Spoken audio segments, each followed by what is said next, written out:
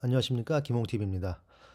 제 채널을 구독하시는 분 중에는 분명 제가 팔란티어 영상만 올렸기 때문에 팔란티어를 아, 보려고 오시는 분이 많은데, 오늘은 핀테크 주식에 대해서 조금 얘기하려고 그러는데, 간단하게 일단 팔란티어 얘기를 하자면, 아크인베스트에서 오늘 다시 1,000만 주 정도를 팔았습니다.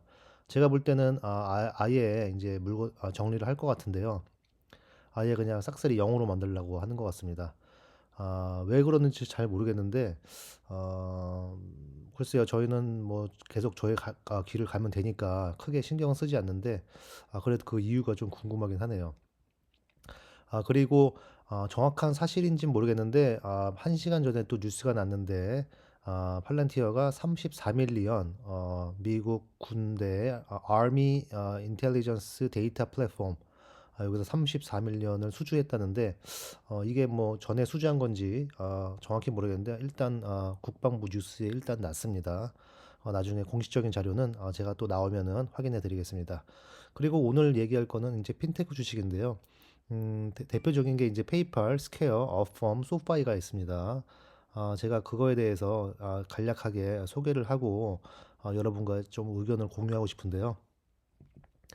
먼저 어펌에 대해서 얘기하자면은 페이팔 공동 창업자 맥스 레부친이 창업을 했습니다. 예전은 페이팔 마피아기도 하고요.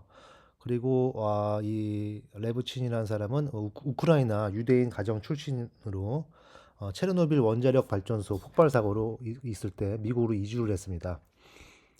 그러니까 이 맥스 레부치는 공산국가, 예전에 우크라이나, 지금 우크라이나가 이제 러시아랑 지금 관계가 안 좋아가지고 지금 전쟁 나냐 마냐 좀 이러는 상황인데, 공산국가에서 미국이라는 완전 100% 자본국가로 넘어오면서 굉장한 충격을 받았다고 그래요.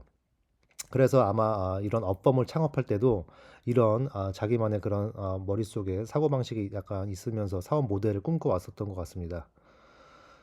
그리고 이 업범의 기본적인 사업 모델은 BNPL, Buy Now, Pay Later, 요즘에 뜨는 약간 이런 시스템이고요. 간단히 얘기하자면 소비자가 아닌 가맹점으로부터 수수료를 청구하고 판매자 입장에서는 신용카드 수수료보다 높은 수수료를 주면서도 어, 판매자가 하는 이유는 뭐냐면은 어쩔 수 없이 또 할 수밖에 없는 거죠. 왜냐하면 규모의 경제, 한번 사용하면 이건 또 끊을 수 없는 그런 게 있고, 성장력이 막강하니까 또 안 쓸 수도 없거든요. 그러니까 펠로톤 최근 많이 주가가 떨어진 펠로톤, 그리고 쇼피파이, 월마트, 이베이, 최근에 이제 아마존과도 파트너십을 만들면서 굉장히 폭발적인 성장을 거두고 있습니다. 강점으로는 젊은 세대 75%가 MZ 세대고요. 사용하기 편리하고 앱으로 돼 있어갖고 사용이 편리하고, 그리고 저런 히든피나 이런 수수료가 없어가지고 투명성이 있습니다. 연체료도 없고요. 그리고 이 앱만의 또 기술 강점이 있고요. 그리고 최소한의 신용평가. 미국에서는 이 신용평가 하면은 뭐 또 크레딧 점수도 깎이고 여러 가지 복잡한 절차가 있을 수도 있는데, 어펌은 최소한의 신용 절차를 통해 가지고 뭐 그거를 론을 주기 때문에 굉장히 젊은 세대들의 인기가 있습니다. 단점으로는 경쟁자가 좀 있어요. 애프터페이도 있고 클라나도 있고 요즘에 또 여러 가지 또 이게 또 유행하다 보니까 많이 생기는데, 그에 대한 단점이 있고요.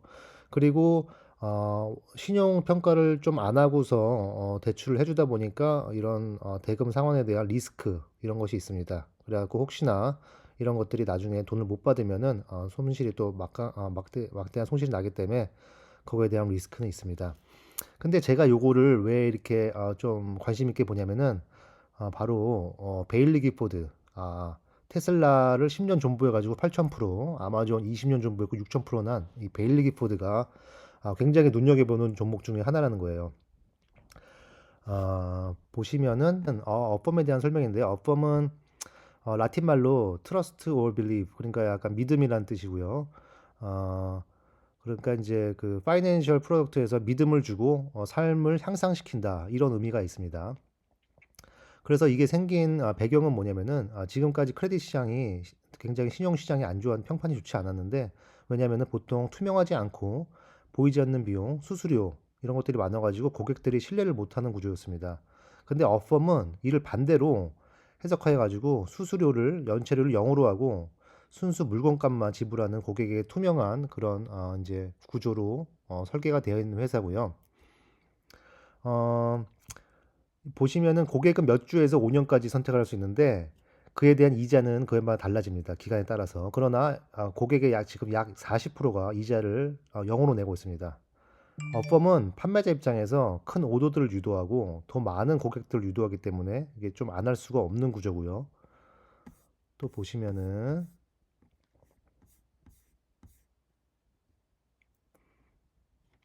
이게 이제 그 맥스 라비친 CEO가 이 소프트웨어를 개발하면서 요거를 완전히 그냥 처음부터 자기가 다 모든 테크놀로지를 다 개발했고요.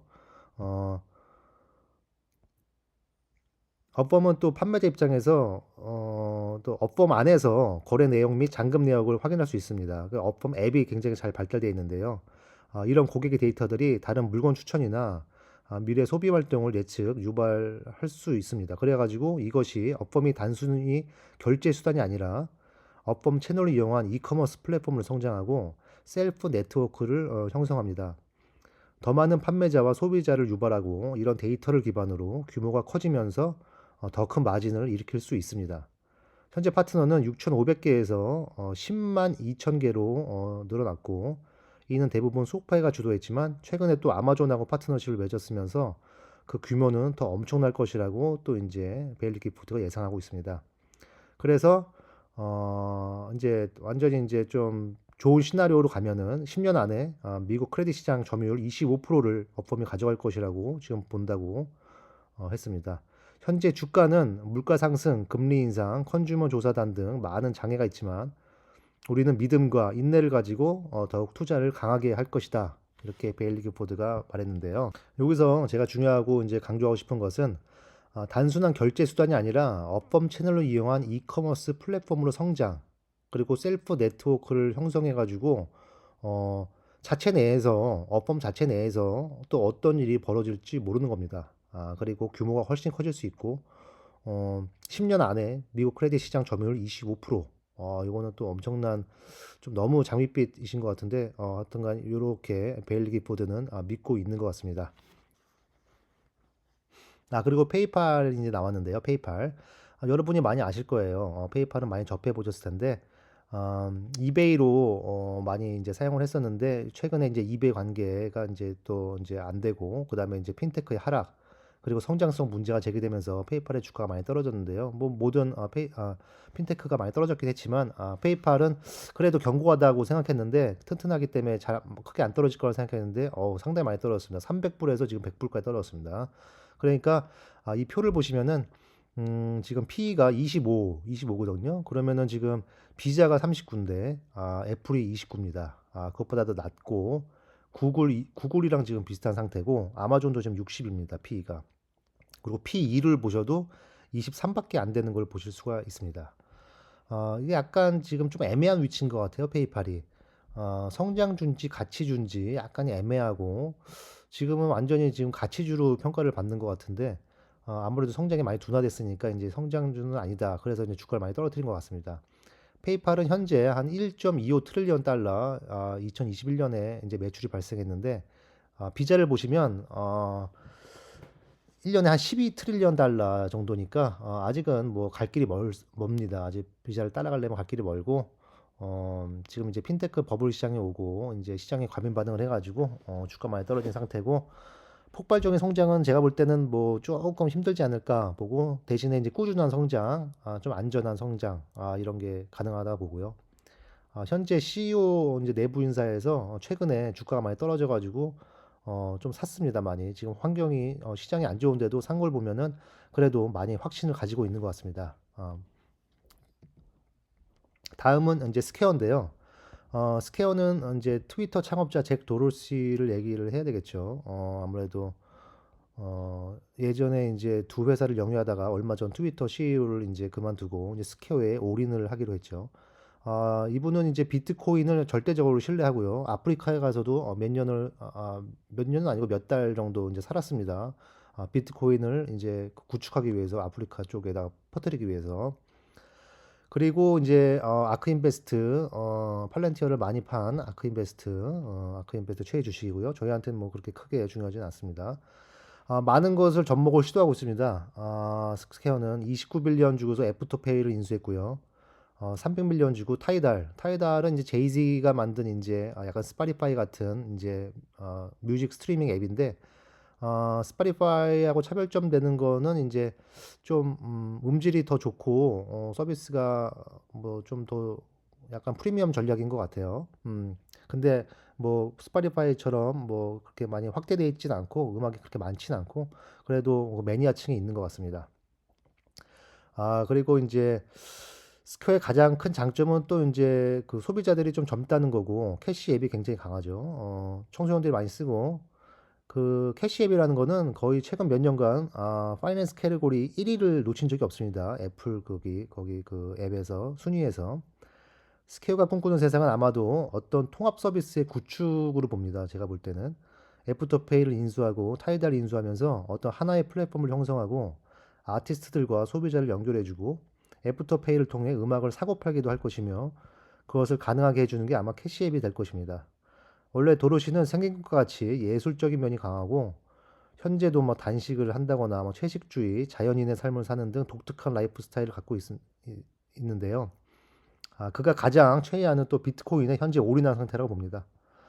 트위터 CEO도 나오고 스퀘어 집중하는 것을 보면은 요즘 라이닝 네트워크로 비트코인을 송금하고 받는 것을 더 빠르고 효율적으로 획기적인 방법으로 UI를 만들고 있으면서 현재 캐시앱은 개인 간의 거래뿐 아니라 향후 애프터페이를 통한 원래 스퀘어가 해오던 비즈니스 POS 결제와 같이 각 영역의 비즈니스와 소비자를 연결시키는 플랫폼을 아마 완성할 거라고 봅니다. 근데 의도 좋고 다 좋은데 뭐 가능한지는 잘 모르겠어요. 이게 리스크가 아무래도 있겠죠. 리스크가 있으니까 거기에 대한 또 비용도 있을 것이고 뭐 사업을 좀 약간 바꾸는 것이니까 얼마나 스무스하게 이거를 트랜지션을 하는지 그거는 좀 지켜봐야 될 것 같습니다. 다음 기업은 이제 소파입니다. 소파이. 소파이는 여기 그림에서 보듯이 이제 차마스라는 사람이 이제 스펙으로 상장한 기업인데요. 차마스 처음에 이미지 좋았는데 많은 분이 이제 별로 안 좋아하실 거예요. 왜냐하면 이제 그것만 스펙만 하고 이제 약간 토낀 이미지가 있어가지고 스파이도 그렇고 클로버 헬스라는 회사도 그렇고 오픈도어도 마찬가지고 음, 그렇게 이미지가 좋지는 않습니다. 뭐 어쨌든 간에 소파이는 현재 유일한 올인원 핀테크 앱입니다. 요거는 조금 주목할 만한데요. 먼저 스탠포드에서 학자금 대출로 시작해가지고 계속 발전을 해와가지고 이제 거기서 안에서 주식 거래도 하고 은행 같은 역할을 하기도 하고 최근에 또 은행 차터로 인해 가지고 은행으로 인가를 받았어요. 그래서 더 좋은 이자와 더 좋은 상품을 개발할 수 있게 됐고 갈릴레오 페이먼트 프로세싱 플랫폼을 1.2빌리언에 딜을 해가지고 이게 이제 왜 대단하냐면은 이게 컨주머 투 컨주머 그러니까 이제 개인과 개인의 거래 그 다음에 개인과 그 회사의 거래 그 다음에 비즈니스와 또 비즈니스의 거래 이렇게 모든 거래를 이제 그런 플랫폼 안에서 가능하게 해줬습니다. 요거는 약간 그 아마존의 약간 클라우드 서비스와 비슷한 거예요. 그러니까 이제 그 플랫폼 안에서 모든 거를 할 수 있는데 그걸 데이터로 또 관리를 하고 이거는 좀 소파이가 그래도 잘 한 딜이라고 생각합니다. 그리고 오늘 또 테크니시스와 합병을 했습니다. 테크니시스 합병을 하면서 여러 가지 또 시너지 효과가 있다고 이렇게 있는데 그거를 잠깐 보겠습니다. 자, 이게 소파이가 오늘 2월 22일자로 테크니시스라는 회사에 애퀴지션을 한 프레젠테이션 자료입니다. 자, 소파이의 미션은 뭐냐면은 소파이의 최고 자기들이 이루려는 목적이 뭐냐면은 이제 우리 이제 멤버들이 파이낸셜 인디펜던스 경제적 자유를 이제 누리는 게 이제 목적이다. 그러면서 자기네들은 좀 더 간편한 서비스, 편리한 서비스, 모든 것이 가능한 서비스를 올인원으로 이 앱 하나에 놓아가지고 이거를 소비자들이 한눈에 자기 자산과 한눈에 보고 이것을 AI를 통해 가지고 바로 대출을 연결시켜 가지고 바로 승인이 나가지고 좀 더 돈을 자유롭게 상황에 맞게 자유롭게 잘 굴릴 수 있게 이렇게 도와주는 이런 서비스라고 생각을 합니다. 자, 보시면은 borrow, save, spend, invest and protect. 그러니까 빌리고 저축하고 쓰고 인베스트 투자하고 그다음에 이제 지키고 이거를 가능하게 해준다. 하나의 앱에서 가능하게 해준다. 이게 이제 소파이가 이제 가능한 거고요. 이게 이제 보시면은 AWS 핀테크가 결국은 이제 뭐 이제 이게 되겠다. 이걸 할 수 있다. 자기들이 갈 수 있다. 이걸 말하는 거고요. 보시면은 이제 머니, 인베스트, 스튜던트 론, 퍼스널 론, 크레딧 카드, 홈 론. 이거를 이제 한 번에 빠르고 간편하게 할 수 있다. 이걸 설명하고 있습니다. 자, 그러면은 이제 첫 번째를 이제 디테일을 잠깐 보면은 이제 제너레이션 1, 2, 3 나오는데요. 기존의 이제 은행 시스템이나 이제 이런 것들이 너무 낙후됐고 우리는 이제 커스터머 센트릭 그리고 리얼 타임 데이터 실시간을 통해 가지고 아날리틱을 통해 가지고 얘네들은 소파에는 그 AI 시스템이 이제 기존에 이제 있거든요. 그래 가지고 그걸 통해 가지고 좀 더 빠르고 좋은 서비스 그거를 이제 하겠다. 그리고 이제 합병을 통한 테크니시스와 이제 갈릴레오와 이제 모든 합병을 통한 시너지 효과로 이제 많은 비용을 절약할 것이다. 이렇게 했고요. 두 번째로 이제 왼쪽에 보시면은 이제 기존 파트너, 기존 테크니시스의 이제 그 인터페이스 이제 보여주는 건데요. 그다음에 오른쪽 거는 이제 갈릴레오와 테크니시스를 이제 합치면은 이제 시너지 효과가 이렇게 크다. 뭐 플레이드, 옥타, 뭐 MX 뭐 트릴리오 이런 것들과 같이 이제 파트너십을 하면서 엄청난 시너지 효과를 낼 것이다. 이렇게 얘기를 하고 있습니다. 그리고 이제 새로운 마켓에 대한 건데요.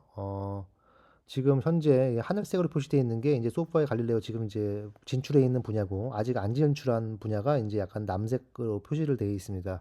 그래가지고 저 남미 쪽 그쪽에 많이 진출해 가지고 이제 확장을 할 것이다. 예, 이렇게 이제 소파에 대해서 좀 많이 지금 변화가 있는데요. 소파이도 최근 합병을 많이 하고 돈을 많이 쓰는데 지금 완전히 성장에 있는 회사인 건 맞습니다. 돈이 근데 이제 많이 들 거고 주가를 또 얼마나 또 희석시킬지는 잘 모르겠습니다. 합병으로 하면은 시너지효과가 나타나는데 뭐 그거는 단기간으로 나타나는 거 아니고 또 이 소파이라는 회사에 또 녹아들어야 되는데 그만큼 또 시간이 걸리니까 그거는 좀 더 두고 봐야 될 것 같고, 어, 소파이가 꿈꾸는 거는 이제 AWS of 핀테크, 그러니까 이제 뭐, 아마존, 핀테크의 아마존 같은 약간 그런 거를 이제 꿈꾸는데, 뭐, 우선은 뭐, 하나의 앱에 모든 게 다 들어가 있는 거는 이제 소파가 유일하기 때문에, 가능성은 있다고 봅니다. 근데 이제 이게 얼마나, 사람들이 쓸지, 그거는 또 이제 두고 봐야 될 것 같습니다. 이렇게 우리가 이제 핀테크들 제가 이제 핀테크들을 그냥 간단하게 소개를 했습니다. 뭐 기술적으로 뭐 넘버들을 이제 하면서 이렇게 설명한 건 아니지만은 그냥 이제 유니크한 포인트만 이렇게 설명을 했습니다.